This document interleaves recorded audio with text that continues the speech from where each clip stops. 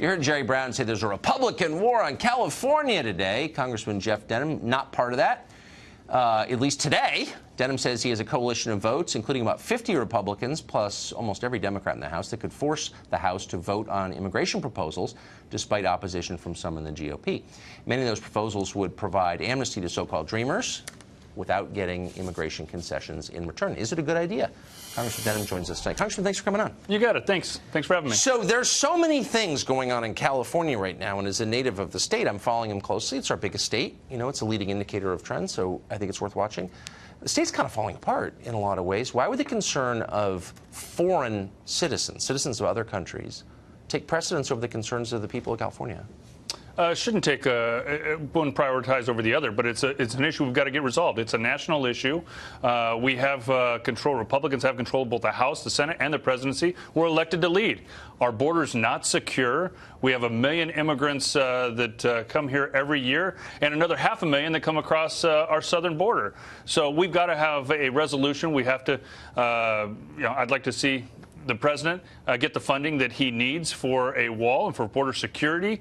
We need to make sure that we're not having the backlogs that we have in the courts, where we have unaccompanied minors that end up throughout the country without a court date or without showing back up. We have to have resolution on the border, as well as our dreamers that have graduated in our high schools that are out there in the workforce today. Yeah, I mean, I feel sorry for a lot of them. I'm not against them personally at all.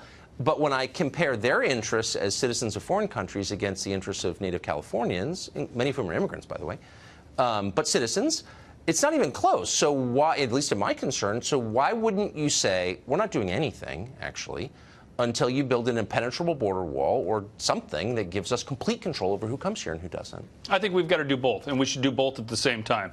I think for us to pass something through a Republican-controlled House and Senate, we have to give the American public a guarantee that we're actually going to secure the border, a guarantee that we are going to solve this issue with the courts. And then ultimately, I think that we have to have certainty for our dreamers. This will give them an opportunity to come out of the shadows, pay a fine, a fee, pass a background check, create a safer community. And these are individuals that 90% of them have jobs today. Some are going to school, some are serving in the military. But when you think of all the unemployed people in California, American citizens, and there are a ton, African-American unemployment rate's really high, why would I spend a single second worrying about the job of a foreign citizen over the job of an American? Like, why would I want to give any foreign citizen a job before every American has one? Well, first of all, today is tax day. I am proud that our tax policy is getting put into place and actually creating jobs across the entire country. There are going to be more jobs, but I think that we also have to know who's taking those jobs. Americans first. We need to make sure that we have an E-Verify system, a system that will show employers and show the country what jobs are available. But ultimately, every industrialized nation has a guest worker program that allows immigrants to work in manufacturing or farming. I think that's great. Canada has one. But at least we're in charge of that. But we're, probably 15 million people here illegally. And no Republican is saying, other than like Steve King, is saying we should send anybody back, really. Let's take 10 million and just go home. But where do you send them to? I mean, these are kids who were brought here. No. You're talking about the dreamers. I'm talking about the 15 million people in this country illegally.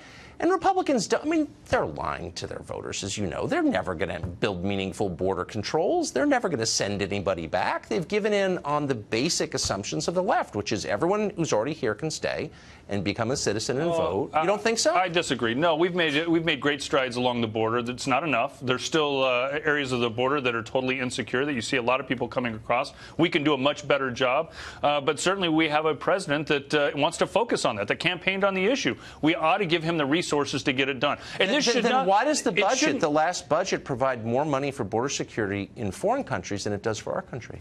Oh, I think that we've got to pass an overall border security bill. But we just voted. I mean, you guys just voted on that, and I mean that was the funding for the. Well, not you guys. I didn't vote for it. Well, and amen, and good for you for not voting for that atrocity. I wish it hadn't been signed. But the Republican leadership kind of signed off on it, and it literally gave more money for border security in foreign nations across the seas than it did for us. This needs to be a priority for both parties. It's disappointing that under the previous administration, Democrats, every Democrat in the House, every Democrat in the Senate signed on to the bill that came out of the Senate that had $42 billion for border security. And now this has become a political hot potato to not even give this president the $25 billion that I think both parties recognize the fact that he will spend it, that he will build it, and build it quickly and effectively. And that has to be part of any solution that we have. I hope so. I mean, just because people voted for it. You know, it's a democracy. Congressman, thanks a lot for coming on. I appreciate it. It's good to see you. Thank you. Nice to see you.